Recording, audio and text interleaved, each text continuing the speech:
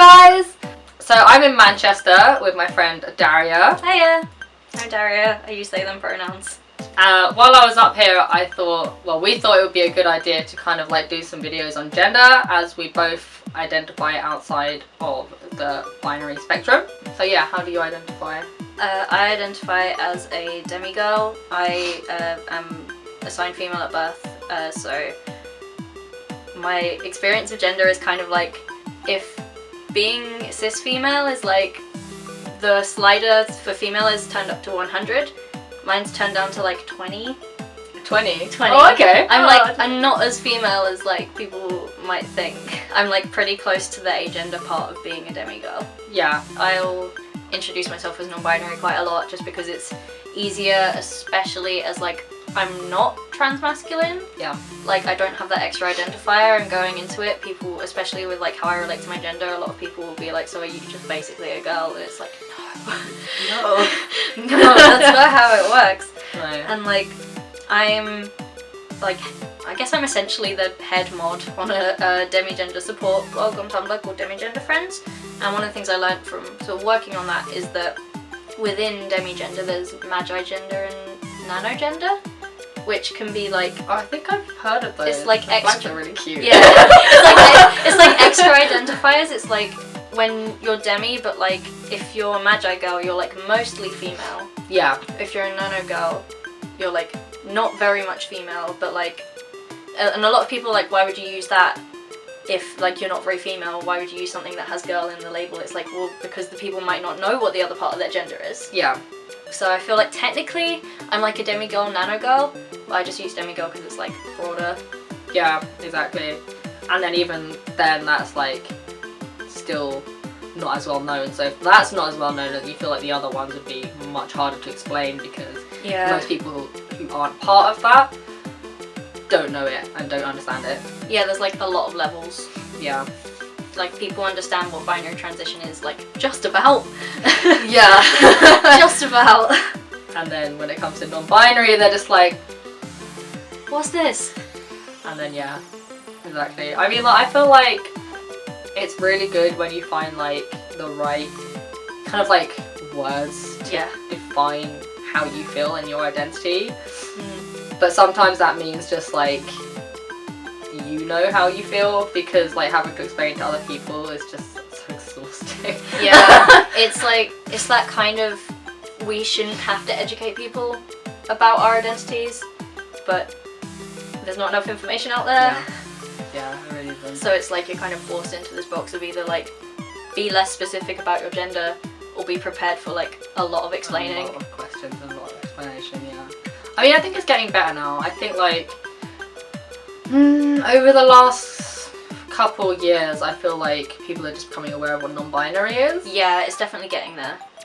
So people are becoming more understanding and learning. Yeah. And it makes it a little bit easier.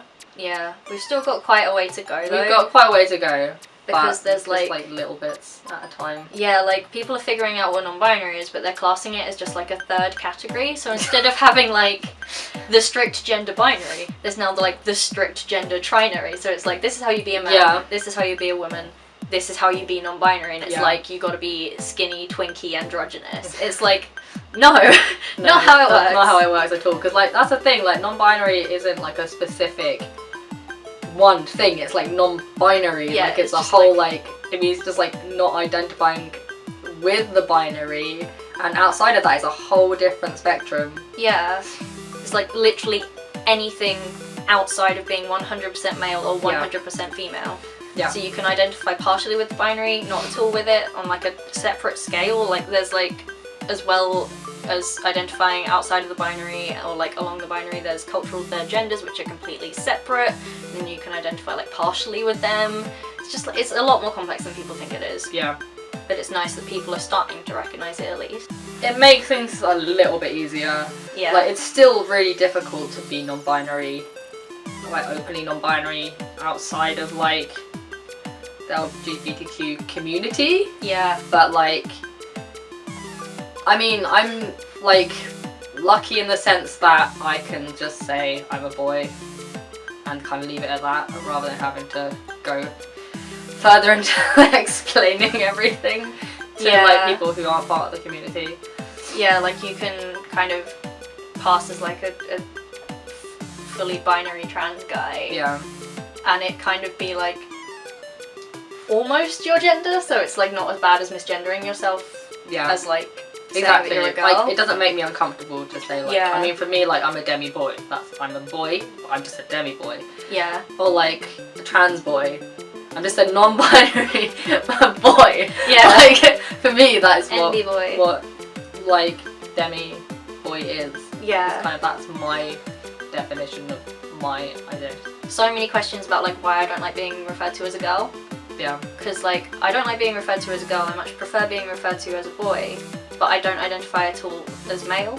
I just see boy as a very gender neutral term. I don't like being called a man at all. Yeah, I mean I don't really no. like being called That's a man. it's like, I know I'm old, like they have to rub it in. Old man Caspian. Oh god, I hear that too often. Yeah, so like I use boy a lot and then people would be like, oh, so do you identify at all with like being male or being masculine? And I'm just like, no. Sorry. Like that's not how words work. Did you have to jump through some hoops? Did you have to be like, I'm a real boy, please? Yeah, pretty much.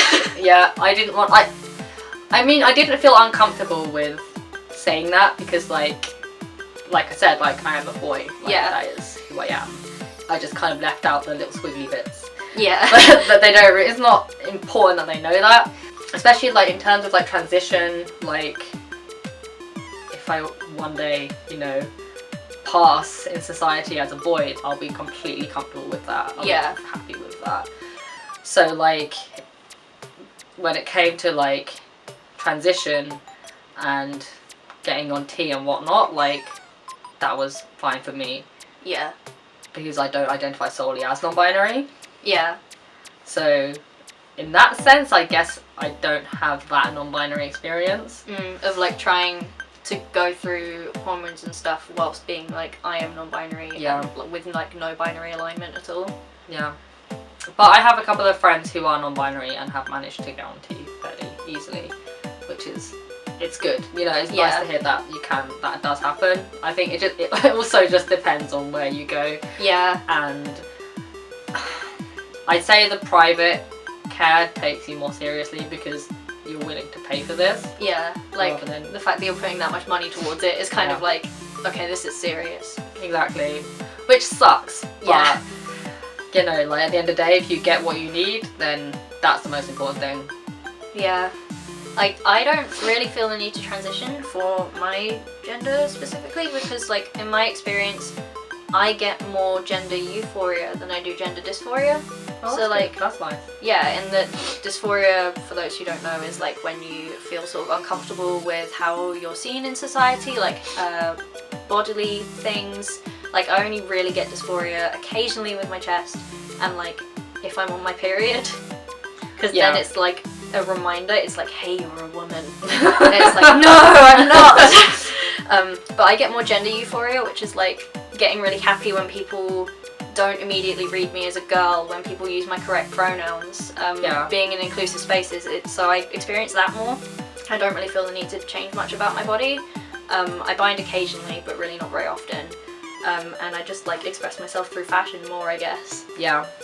I feel like there's a lot of crossover of the LGBT community and the J fashion community. Definitely. Yeah. I feel like there's just like, when it comes to like alternative culture and then like LGBTQ communities, there's always been like a crossover with them. Yeah. And like you'll find so many people who are parts of all of it. Yeah. Which I love it so much because like, I mean, maybe there's a deeper meaning behind it, but I'm just happy that I can find people who are like me in my own country. Yeah. And like I can, you know, like hang out with people and talk to people and kind of like everyone can share their experiences. Yeah, I mean, I guess it's because like alternative communities like J fashion allow you to be a bit more out there and like express yourself, which is essentially what being out and LGBT is also like. You're more likely to be accepted if you're in a group of friends who wear pastel colours all the time. They're not going to be a bit weird if you're like, oh, by the way, my gender's different to what you think it is. Yeah, no, it's They're true. more likely to be accepting of things. Maybe it's because I live in a little weird like queer bubble, but like I don't have a lot of cis het friends. Yeah, no, yeah, same. So like, it's hard to find those people because for some reason I just don't become friends with them. Yeah, like I don't actively seek out for all my friends to be queer. Yeah. That just kind of happened. Yeah. Yeah, like some people I thought they were like cis het, but turns out about 80% of them are actually gay. Yeah. And like it's not in like, oh, you're gay, I'll befriend you. It's like, oh, you're cute, I'll be your friend, like we get on. Oh, you also happen to be gay, like, yeah. Wow, I'm so surprised. It like happens in that way. I feel like the same sort of happens with dating as well. Yeah. Like I've dated 2 whole people in my life. I had a girlfriend and I had a boyfriend. My girlfriend was bi, and my boyfriend was pan. Oh, okay. And I feel like the only reason like I was able to date a cis boy and it'd be okay was because he was pan. Because I was so worried he was just gonna see me as a girl. Yeah. But like he would frequently call me boy and like use my correct pronouns in front of his friends. That's so nice. Yeah. It's like so the fact that I have such low standards for cis boys. Oh god. But like it was really nice. But I Yeah. feel like gender can get in the way with dating and stuff because like I met him on Tinder and it got to the point where I messaged him and I was like, you do know I'm non-binary, right? And he was like, yeah, why? And I was like, because a lot of people find out and find it weird and stop talking to me. And he was like, oh, I don't care about that. Which was nice. Yeah, in terms of like relationships, like I've been involved with 2 queer people, but like before that it was only cis het men. Because that was before I was out as trans and I didn't really know myself and I was very like straight passing, you know what I mean? Like people didn't know I was like queer, so it was hard to become a part of that community without being like, I don't know, I felt like people wouldn't take me seriously. Yeah. But no, since I came out I've been actually more like open with my sexuality as well, and I've actually been able to find people who I'm comfortable enough to date in the sense that I know that they don't see me as female. Yeah.